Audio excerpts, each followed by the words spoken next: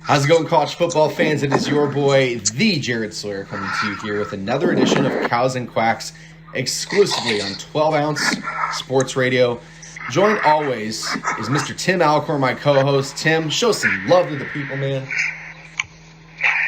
Man, I'm all our listeners. Also, remember on Spotify. Just a horrible week for the Longhorns. Losing to Kansas is not pretty at home. Yeah, man. I mean, you already know how I feel on Sark. I had reservations about him even just to start the season, but it looks like those have been confirmed. Here's the thing. We went through this at Oregon with Mark Helfrich. Great assistant. Hell of an offensive mindset. Knows exactly what to call on offense.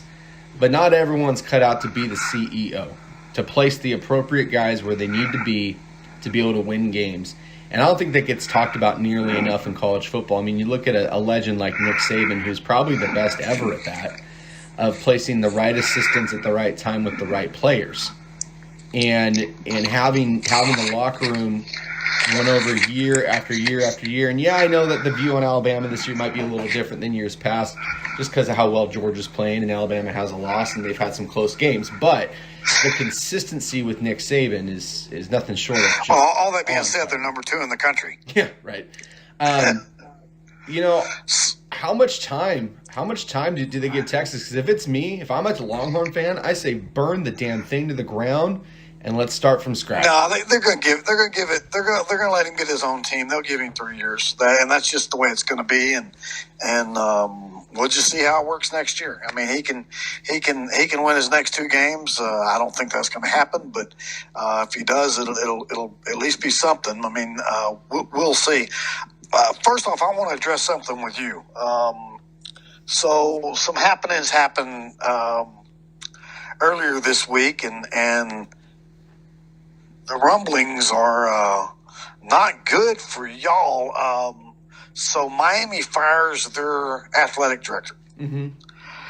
Rumor has it, and this is a rumor going around, is that Mario Cristobal hated the athletic director and that he's going to be named the new Miami coach in January. Yeah, it's a great rumor. You know, I'll say. I mean, it's something you got to look at. That's where that's his alma mater. I'll address it. So yeah, he played football there at Miami, won 2 national championships. I think he was an athletic, like a grad assistant for a little bit or something like that. He's from Miami. He's a first generation. Second generation immigrant that came from Cuba. So his family grew up really hard, but they grew up in Miami-Dade area, right? And it's a big deal. The chats I've personally had with Mario over the years would lead me to believe he's pretty happy in Eugene. His kids are pretty established in school. His wife's pretty established in the community. And at Oregon, if we're looking at the jobs, there's no comparison. There is nothing, and I mean nothing, Miami can do to come close to offering not only the financial support as a salary and incentives and those kind of things, but the amenities that Oregon can offer. Having Nike in your pocket goes beyond the checkbook. It's a bigger picture than that, and that's something that I think that Miami fans, and I kind of got into it with them a little bit on Twitter last night, which is actually really good, and in a lot of ways I take it as a huge compliment. They straight up said, we want to be Oregon. And it kind of took me back. I'm like, wait a minute, you guys are the U. Like, what, you want to be us? Like, it kind of caught me off guard. But it's very validating to hear that Oregon is starting to build that reputation. And I get it. Listen, when you have a very successful head coach, everybody's going to want to take a look at that guy. And this must have been some young people that don't understand Miami's history. Yeah, I think that Mario, what you got to look at is, how do I put this? There's a guy that does a sports talk show that talked about it last night. He actually made the most amount of sense. So I'm gonna take a little bit of what he said because it made the most amount of sense. If you're Miami and you come, and Miami is going to come for Mario, no doubt about it. It's an obvious choice right there. Oh, wouldn't you? Yeah, absolutely. And they come and sit down, Tim. All Mario's gonna say is, hey guys, I'd love to see you. I'd love to come coach at the University of Miami and come home. Can you do this? Can you give me private planes for all my assistants to fly around for recruiting? Can you give me private planes for all my teams so they can fly around the country to whatever game they're at? Can you facilitate shoe deals? Is your NIL up to that of Nike's? Can you come in and back us when it comes to recruiting and jerseys and all these other things that attract players to come to the University of Miami? Because remember, Miami's going to be in rebuild mode a lot. And they're going to have to go through a lot because the competition in Florida isn't just Florida-based schools. It's national now. And Coaches love to go home, though. So all Mario has to do is say, hey, can you guys match these things? And Miami literally cannot. So Oregon has positioned themselves, and this started back in 1999 when Phil Knight approached our AD and said, hey, what is it going to take to get Oregon to be a powerhouse? What's it going to take to get them to be a brand? What's it going to take to get them to compete for national championships? And Nike and Oregon had that partnership. Ever since then, Tim, this is where Oregon's been building to, is getting to be in a place where you have a coveted head coach. Now, a few things people need to understand about Mario. He is not your atypical Power 5 head coach. Mario was an assistant when he came in under Willie Taggart, and they promoted him based on a player decision. It was a player vote that said, we want Mario Cristobal to be the next head coach at Oregon. The players in 2017 decided this, and the AD, Mullins, went along with it. It was a huge gamble. You're talking about an offensive line coach who doesn't, usually offensive line coaches do not become head coaches, and if they do, they're not successful. Coming in, Mario sees those things and understands those things and the level of loyalty that Oregon's had to him. So when, on the surface you look at it, you go, yeah, it's an obvious decision. If they got money, they can throw money at Mario. Mario, if he wanted to be persuaded by money, could have taken any head coaching job in the country that would have paid him money. But there's more to Mario than just that, and he's not stupid. He doesn't have to deal with boosters calling his phone every night like he would at Miami. He doesn't have to deal with the fact that that fan base has a history of winning national championships, so that's all they expect. You come in right away at Miami, you're expected to win a national championship. Even though they haven't done anything since 2004 and when they won the Peach Bowl.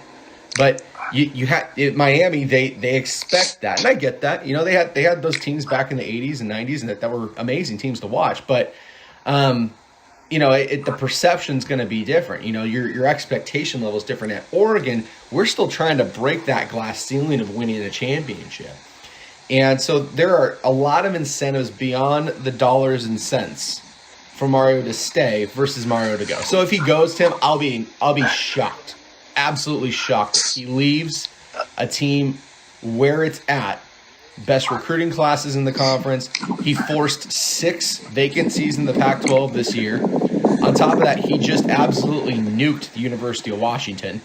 And on top of that, they're on the cusp of getting into the playoffs for, really 2 times in the last 3 years. He's only been a coach for 4. So walking away from that and going and restarting all over again and uprooting your family all over again and not having the same perks or amenities to be able to do what he's done at Oregon, I just don't see it. So on another note on about your Ducks, do you blame Micah Pittman for being a little agitated that Brown can't get him the ball? All right, I got to address this one head on because this one really, really disgusts me. Because I kind of get it. It's a lot of, and I like Anthony Brown, but it's a lot of checkdowns. Listen, Micah Pittman's a talented receiver, okay? And his father was a talented receiver, running back, and his brother's a talented receiver. Here's the thing, though. There is a time and a place and a way to conduct yourself as a man and as an adult when it comes to dealing with your career and a football program. Going to Twitter and airing out your dirty laundry not only is incredibly unprofessional, it just says a lot about the lack of integrity you have, not only him, but his entire family. And when you do that and you start promoting USC football, who is shitting the bed this year, by the way. It makes you look like a complete buffoon. It's selfish. But it's selfish and it's asinine. all that being said, that's all kids know. No. This came from his father, Tim. Is social media. This came from his They've father. never seen their life without it. No, this came from his father. His father was tweeting out trash on social media about Oregon and adding and tagging Micah Pittman in these tweets. Micah Pittman doesn't show up for practice yesterday and enters the transfer portal. Listen, I understand kids wanting playing time, wanting the rock, wanting to showcase their talents because they want to get to the league. I totally get it. And in that regard, I wish him well. But there's a right way and a wrong way to leave a program. And he did not do it the right way. It was shameful the way he exited. And, we have a saying at Oregon, once a duck, always a duck. It's not going to be said about Micah Pittman. Well, you don't need him. You don't need him to win the way you're winning. We don't. And as much as you dislike Anthony Brown, the kid's a RPO threat. He's a running threat, and it's working. What they're doing is working. 9-1 says you're right. Yeah. And it's a good segue into the game last week with Oregon. Washington State, they're schematically just a brilliant team. They run a run and shoot and their own version of it, and it's very, very difficult to defend. There were some very weird calls in that game, and just a lot of strange things that took place. I am so sick and tired of the Pac, and this isn't with Oregon football specifically. I'm just sick of the Pac-12. I'm sick of this hokey ass lame conference out here, where really the only brands you recognize are Oregon, Washington, and USC. And then you have all these other. I'll tell you what, one thing I'll give Washington State credit is they went after that ball, brother. They know how to go after that ball. They're great. They're number one in the country. They stripped 17 times, I think, this year? They're number one in the country forcing red zone fumbles. Well, that's insane. They always play us tough. They are a scrappy state school. I got to give them tons of credit. I got no hate for the Cougs. I mean, I know that it might be a rival for the coaches just because of the win-losses, but I mean, it's the Cougars. I don't have a, you know what I mean? Like, I can't get mad at them. I want to beat them, obviously, because I want to win. But speaking of wanting to win, I'm still trailing you. We both went 3-3 last week. You're 58-21 on the season. I'm 53-26. Again, I think it's going to be Bowl Mania that evens this out a little bit. We'll see who comes out on top. But your Horns go into West Virginia. I want to get your take on what needs to happen for Texas not to embarrass themselves this week. Well, I mean, he's got to get his team back. He's got to get his locker room back. I believe this team is done. I hope that he can do it. I mean, I mean, we've lost more leads than anybody in the last 2 years. Anybody in FBS, he's got to get his locker room back. First thing to do is we haven't lost 5 games in a row in 70 years or 60 years, whatever it is.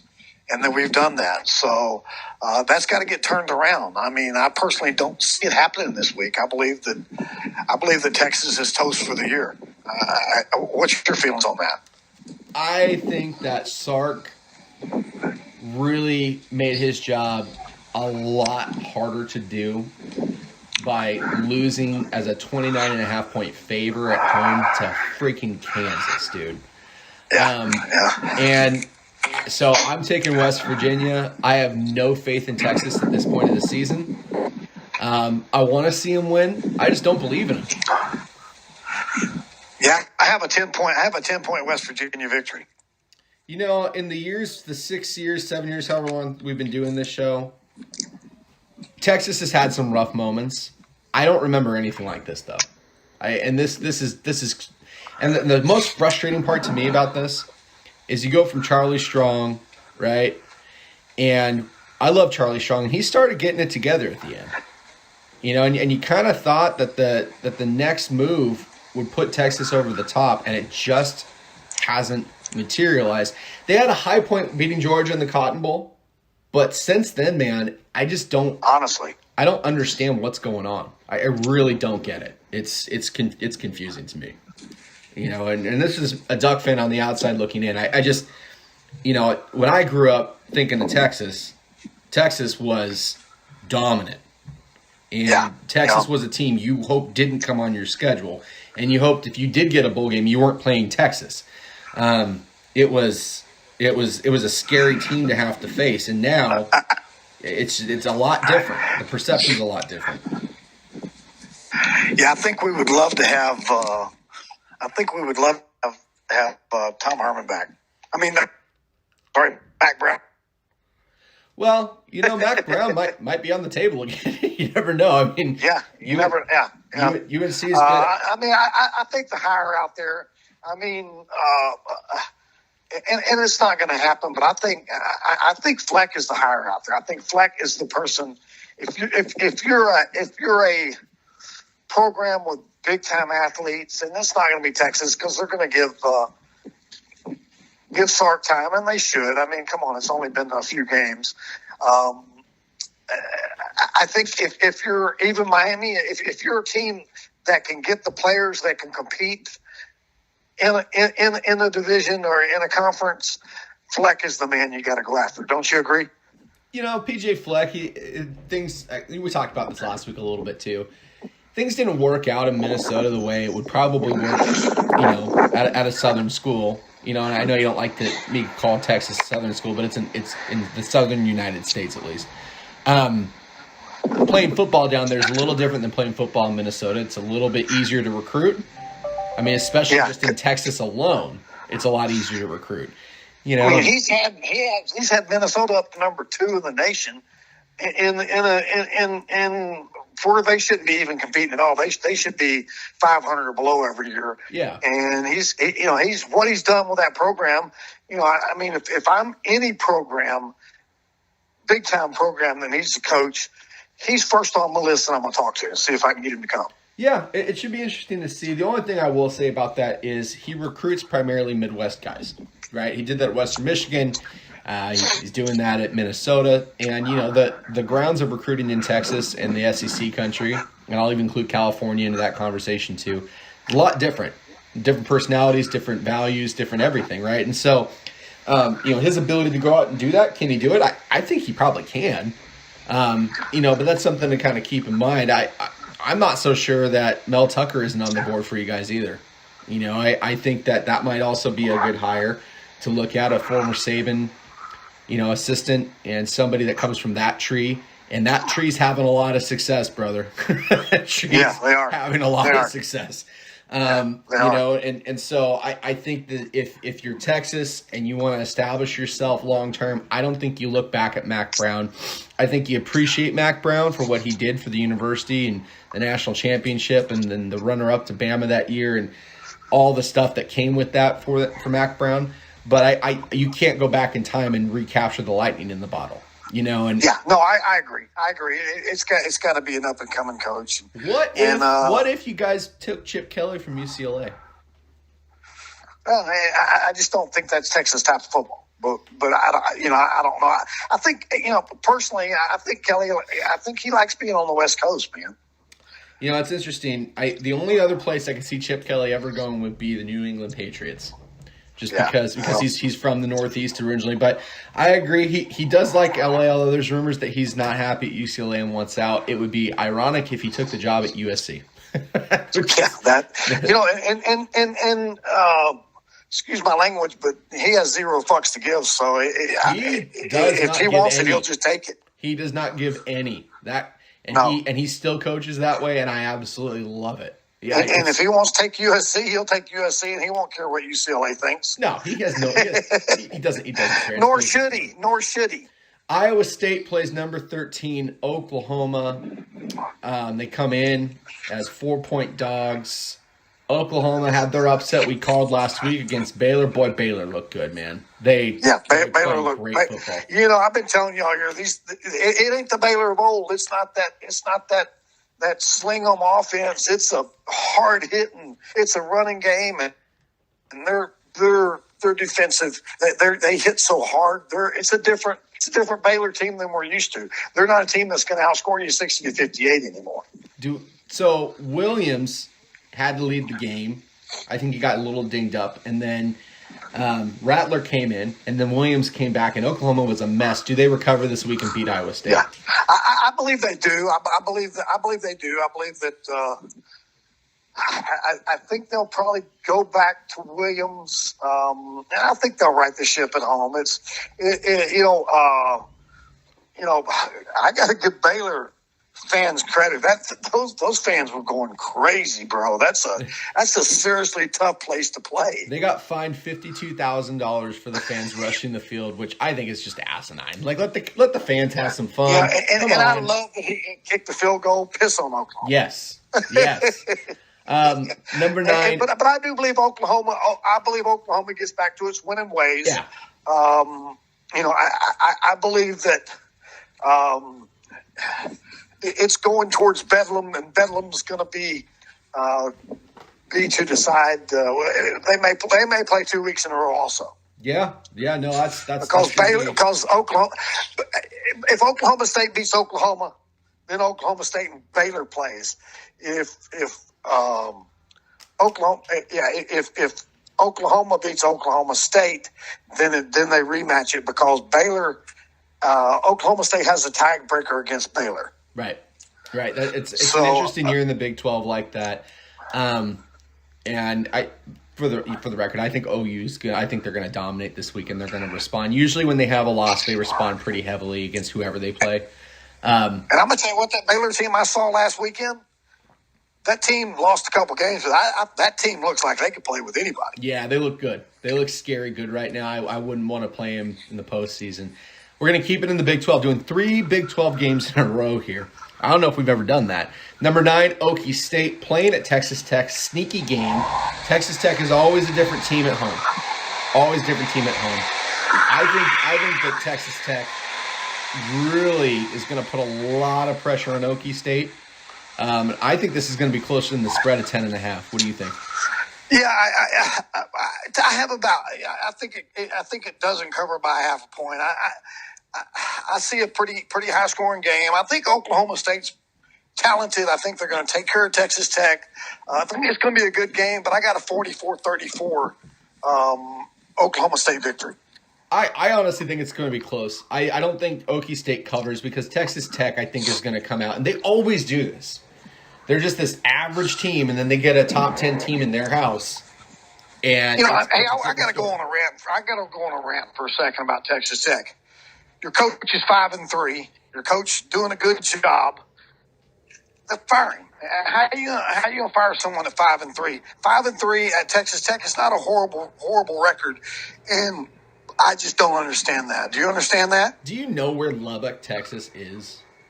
Yeah, I know exactly where it is. I've been there many times. Imagine trying to talk a kid, and we'll just look at Texas. Imagine trying to talk a kid in Texas from not going to Texas A&M, Oklahoma, Baylor, Oregon, USC, Ohio State, Michigan, Alabama, Georgia, Florida State, all these major schools that go into Texas to recruit, right? Imagine you pitching them, hey, I know all these schools, they have better amenities, they have winning records, they're competing for playoff appearances, they have tradition, but come here and hang out where it smells like cow shit. I've been to Lubbock once. It's enough for me. No offense to anyone in Lubbock. If that's your thing, cool, good for you. But for me, I was just like, I don't get the draw. And so, yes, to your point, going 5-3 in Texas Tech, that is a win, man. Are you kidding me? That is fantastic.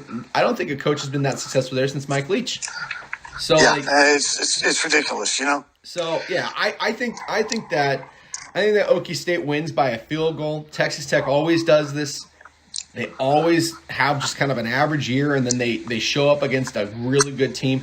But Okie State is dominating, and I think people need to start looking at them as a dark horse for the playoff because if they run through the rest of their schedule and it's going to be tough. It's going to be tough. It's going to be tough to keep them out. It's going to be very tough to keep them out. They're not a foregone conclusion. I don't think you can write them off this year. Number 21, Arkansas. Coming into play, number 2, Alabama. They're a 20 half-point dog in Tuscaloosa. Right or wrong on that, Tim? It's Saban. It's getting to trying to win the West. Saban's going to dominate. They win by 24 points.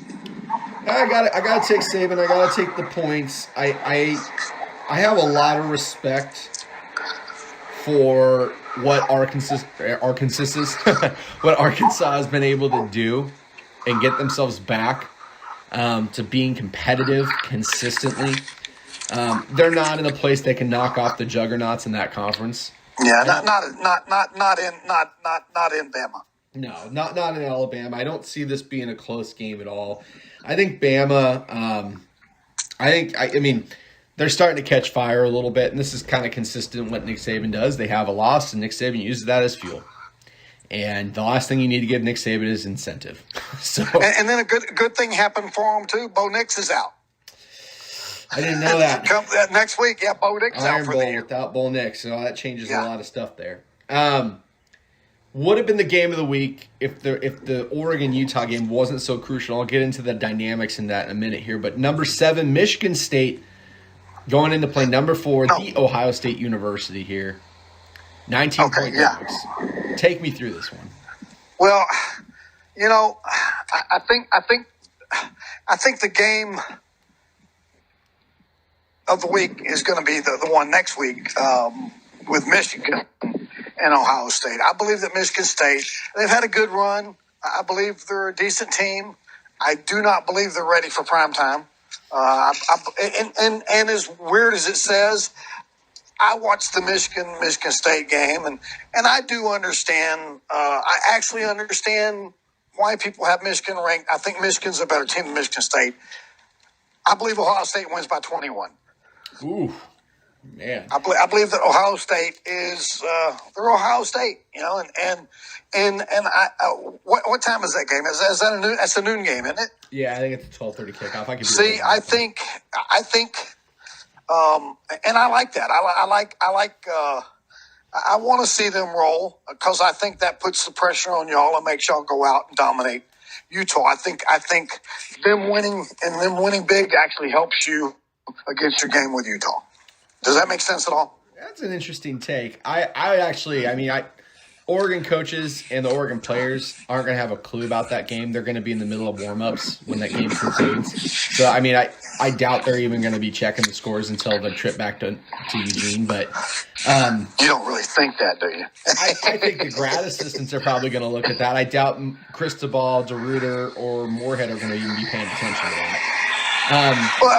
It's going to be over for like 3 hours before your game time. Right? Y'all start at 7:30, right? 7:30 your time. We start at 4:30 out west, 5:30. Yeah. So I think the Michigan State game starts at like 9 your time. If I'm not mistaken, I'm not sure. I think that this game is going to be a very close game, and the only reason I can tell you that is because I watched Oregon and their O-line push Ohio State's front 7 around the entire game and run the rock on them the entire game. And that's Michigan State's bread and butter. And they have a very, very good running back. Very good running back. Oh, they got the best running back in the country. Yes. And I put Bijan in there, and I'm sorry, Kenneth Walker III is incredible. He is good. I would have no problem taking him in the first round. If Michigan State can play their style of game, this is going to be a very difficult game for Ohio State to win. I'm just going to say it right now because as good as C.J. Stroud is, and he's been phenomenal. He's a really good quarterback, and I think he's going to be in the Heisman discussion, and rightfully so. This is a tough Michigan State team. They feel disrespected. They have an opportunity to come out and showcase who they are against Ohio State. They really do. Right. I don't see them having the firepower and being able to withstand the shoe in late November enough to be able to pull off a win. But I would. So what, you got 10 points? I think this is closer than that. I think this is a 4-point game. I think this is going to be 28-24 Buckeyes. I do not think this is going to be a blowout. I just don't see Ohio State racking up that many points on them. Michigan State, if they get out and they can control the ground, it's going to be come down to about a 3 or 4 drive kind of game. You know what I mean? And I think that they do that. I still like Ohio State. They're a more talented team. They're at home, but do not sleep on Michigan State. Isn't the following week? Isn't the Ohio State Michigan game in Michigan? It's in Michigan. It's in Ann Arbor. It's the last home game for Ohio. I'm looking ahead a little bit, but that's going to be a good game, brother. Well, yeah. I mean, Michigan. I think Michigan's. I'm okay with their number 6 ranking. They're a good team. Yeah. I mean, this is all going to work itself out over the next 18 years. Yeah. I mean, really, it really, really will. And we get caught up in rankings because we're fans, and we get caught up in rankings because we like to talk about that stuff, and it's a lot of fun. But the fact of the matter is this: if you win and you consistently win, they will reward you for it, and we're seeing that with number 3 Oregon. Oregon has not looked perfect all year, but they keep winning games. And the thing that tells me the committee is if you schedule a tough out-of-conference game and you travel and you win and then you have a good record, they'll place you and they'll look at you highly favored in that. And I remember talking to you. I remember talking to you like the 3rd game of the year, and I told you, hey, if you learning to win close games is good. It's a good thing. Later on in the year, it's a good thing because then you're used to pulling out close games. And that speaks volumes. Of course, everybody wants to just crush everybody, but there's something to be said about winning close games. Well, yeah, it's tough. As a fan, I would rather us just kick the living shit out of everybody. Right, of course. But I get it. I get it. And it's going to be something that I don't know. We're just going to have to deal with. Tim, take your crack at this. Number 3 Oregon, number 23 Utah. Utah's a 3-point favorite at home. I feel like Vegas is really disrespecting y'all. Yeah. I think a number 23 against number 3 should not be. I mean, if anything, you should be the 3-point favorites in my mind. If this was Ohio State going into Michigan State at home, they'd still be a 20-point favorite. So I think the disrespect is pretty bad. I agree. I love it though. I'd rather be disrespected. Oregon's been disrespected at UCLA. They came out and won. They were disrespected at Ohio State. They came out and won. Mario Cristobal, I mean, all you got to do is give them incentive. That's it. So my upset of the week is 28-24. Oregon beats Utah and covers, and Utah don't cover, don't come close to it. I mean, it is upset if the 3-point underdogs, right? Technically, that is. I have a 28-24 Oregon victory. How about you? I have a 10-point Oregon victory. I have them winning, actually 11 point. I have them winning 35-24. I think that they are starting to come together. They're starting to understand who Anthony Brown is. He's a run-first quarterback. It's not something we've seen at Oregon. He's very different. He's a hell of a runner, too. He's a great runner. Actually, I trust him more running than I do in passing. Yeah, he's a hell of a – that boy's got speed and strength. He's playing different ball. He's starting to click.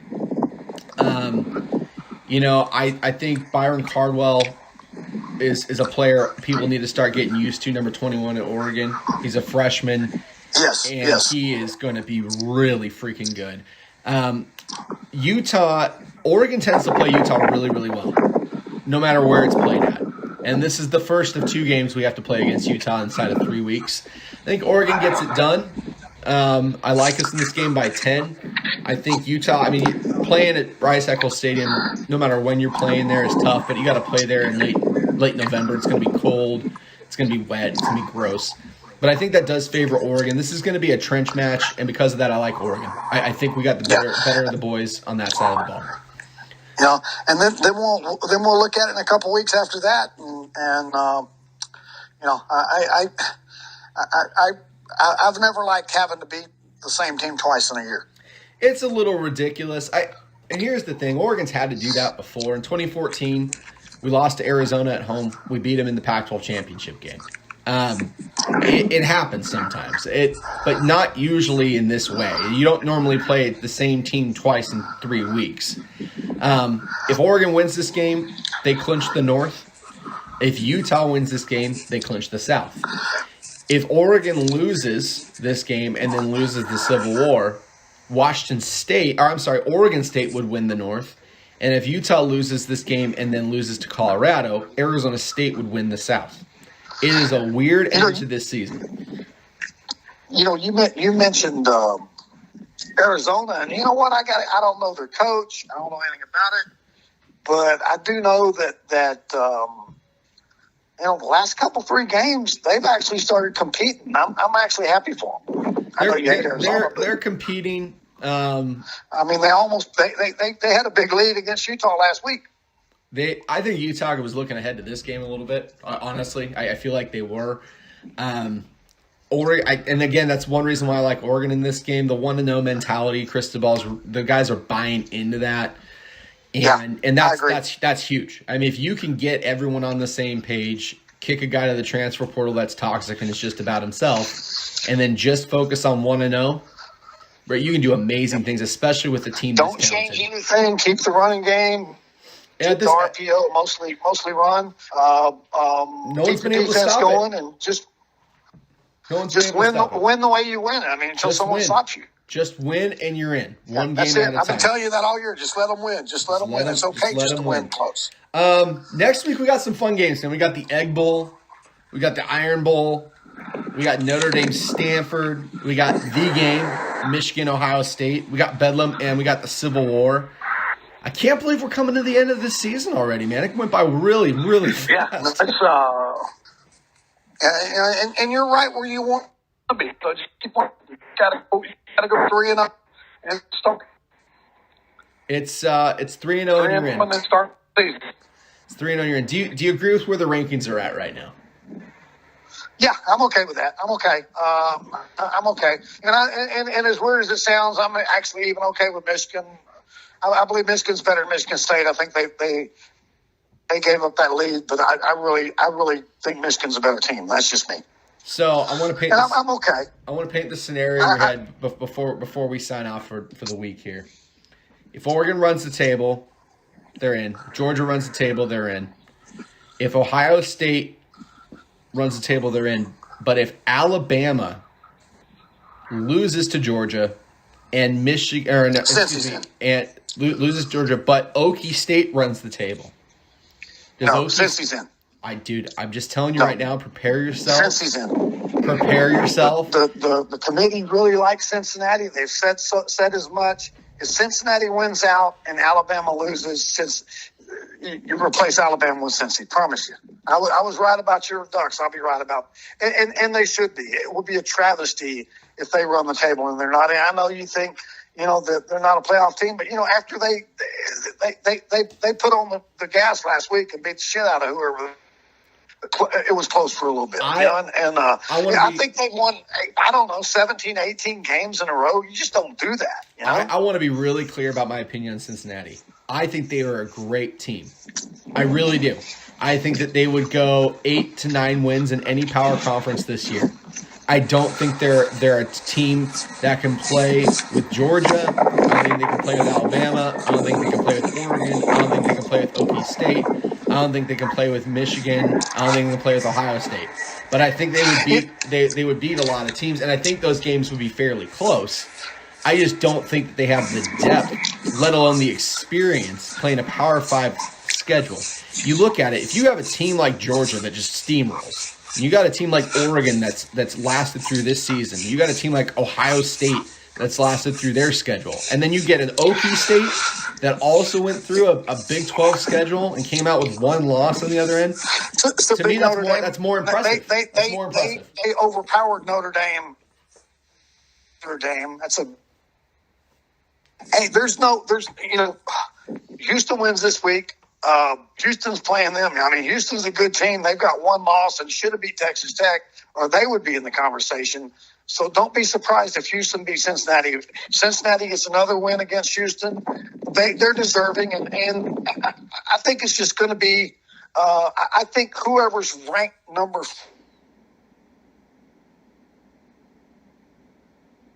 Tim, I lost you, buddy. I don't know where you're at. Any. I lost you, man. I hope you're still there. Can you hear me? Barely, brother. Barely. We're going to close this week out, though. Tim will hopefully be back, assuming the connection works next week. And I will be back as well to talk about Civil War week, along with a lot of other stuff. But until then, Adios.